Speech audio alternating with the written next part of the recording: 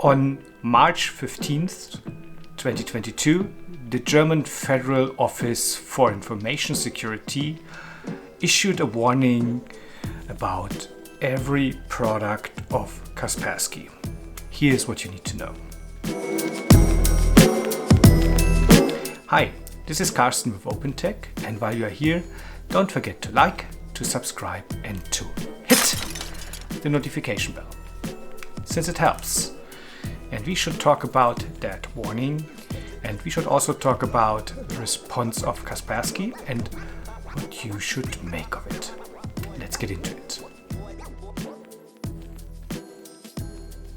The German BSI, German Federal Bureau of Information Security, issued a warning against using each product related to Kaspersky Anti-Virus software.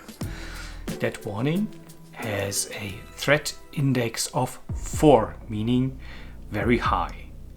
But why is the BSI issuing that warning?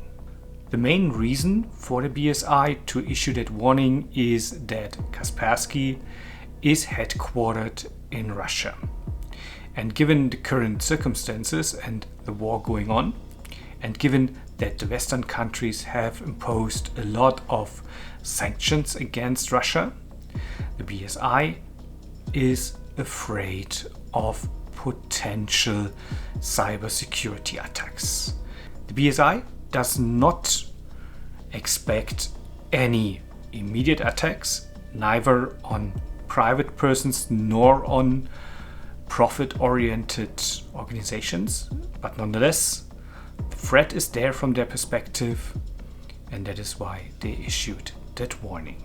The BSI also answers the question whether Kaspersky antivirus software would be banned going forward in Germany. Short answer, no, since the BSI first of all cannot ban a software, and secondly, it is just a recommendation. If you are a consumer currently using Kaspersky antivirus software, according to the BSI, there is, again, as I already pointed out, no immediate threat. But going forward, according to the BSI, it cannot be ruled out that there might be a threat. Meaning, first of all, data could be corrupted, or data could be encrypted, or Kaspersky themselves could fall victim to cybersecurity attacks. So, according to the BSI, move away from Kaspersky antivirus software and use something different. If you are an organization, if you are a company, and you are currently using Kaspersky antivirus software, the BSI asks you and advises you to rethink that usage strategically. Again, they point to the same aspects and directions as with the consumers. They cannot rule out that the software might be misused to encrypt data or destroy data going forward. And again, with Kaspersky being a Russian company, it is quite an obvious target for cyber attacks. So, as an organization, as a company, as someone using Kaspersky products, you should consider your options. Obviously, not only the German Federal Bureau for Information Security purposes has an opinion about Kaspersky products, there's also Kaspersky having an opinion of their products and the warning issued by the BSI. According to Kaspersky, that warning is politically motivated. They point out that they are in a somewhat neutral position.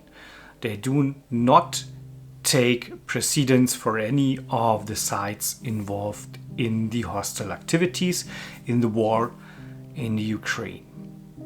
Additionally, virus data from German or European customers is not transmitted to Russia according to Kaspersky. Instead, it is transmitted to Switzerland into 2 data centers there and is then analyzed there and will never leave that European area according to Kaspersky. Also, according to Kaspersky, their processes are audited, they have an ISO certification, and generally they are under regular review. So what do you make out of that? Is that just a political move made by the German BSI? Or is there something to it? Or do you believe more in what Kaspersky tells us regarding their processes and their secure data centers? Let me know in the comments below. And while you are there, don't forget to like, to subscribe and to hit the notification bell, since it helps. Thanks for watching, see you next time, and don't forget, let's make the world a better place, now more than ever. Thanks for dropping by, see you later. Bye.